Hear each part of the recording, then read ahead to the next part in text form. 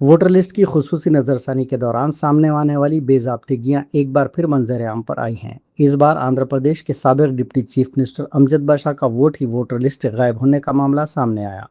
अमजद बाशा ने इल्ज़ाम लगाया कि साल 2002 की वोटर लिस्ट में इनका नाम मौजूद नहीं है, जबकि इनके खानदान के दीगर अफराद के वोट भी फहरिस्त से गायब हो गए।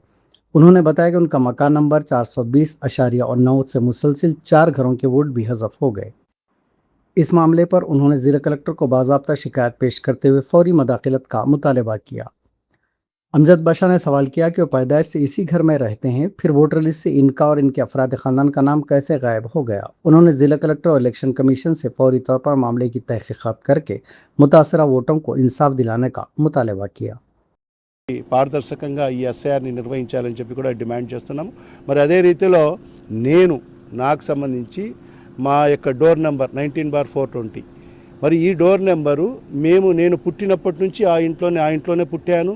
నాకు 55 ఏళ్ళు. మరి గతంలో అనేక సందర్భాల్లో నేను ఓటేశాను. నాకు 18 ఏళ్ళు నిన్నప్పటి నుంచి నేను ఓటు హక్కును వినియోగించుకుంటూ వస్తున్నా అదే ఇంట్లో ఉండి. మరి ఈరోజు తీరా నా ఇంటి పక్కన వరకు డోర్ నెంబర్ 2002లో ఉంది, కానీ మరి 2002 ఓటర్ లిస్ట్లో నా డోర్ నెంబర్ నుంచి 4-5 డోర్ నెంబర్లు మరి అక్కడ కనుమరుగయ్యాయి. మరి ఈరోజు మ్యాపింగ్ చేయాలి అంటున్నారు. ఇప్పుడు 2025లో కొత్త ఓటర్ లిస్ట్లో మా డోర్ నెంబర్ ఉంది, మా ఓట్లు ఉన్నాయి. కానీ 2002 ఓటర్ లిస్ట్ తీసేటప్పటికి మా డోర్ నెంబర్లే లేవు, మా ఓట్లే ఏది కూడా లేవు, అన్నీ గల్లంతయ్యాయి.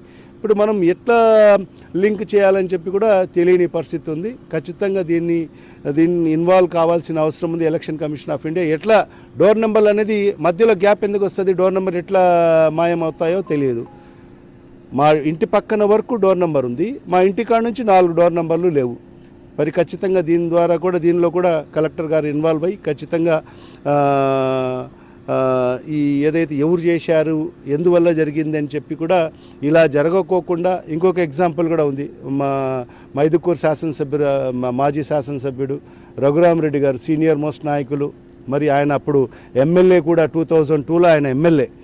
మరి ఆయన ఓటుని వినియోగించుకున్నాడు, కానీ ఆయన వాళ్ళ ఊర్లో గ్రామంలో మరి ఈరోజు సెట్టిపల్లి అనే పేరుతో ఉన్న ఏ ఓటు కూడా మరి ఆ గ్రామంలో లేకుండా చేయడం జరిగింది. అంటే ఎవరు దీంట్లో ఇన్వాల్వ్ అయ్యారు అనేది, ఎందుకంటే దీంట్లో మరి చంద్రబాబు నాయుడు గారు అయితే సిద్ధహస్తుడు, ఎందుకంటే ఈ ఈవీఎం ట్యాంపరింగ్ చేయడంలో సిద్ధహస్తుడు కాబట్టి మరి ఇక్కడ కూడా మరి ఆ యొక్క తెలివిని ఉపయోగించి ఎవరైతే వైఎస్ఆర్ కాంగ్రెస్ పార్టీ నాయకులు ఉండారో, మరి సానుభూతి పరులు ఉండారో, వాళ్ళ ఓట్లన్నీ కూడా తొలగిస్తే రేపు భవిష్యత్తులో మాకు గెలుపు సునాయాసం అవుతుందని చెప్పి ఆలోచించి మరి ఈ రకంగా చేయడం జరుగుతుంది.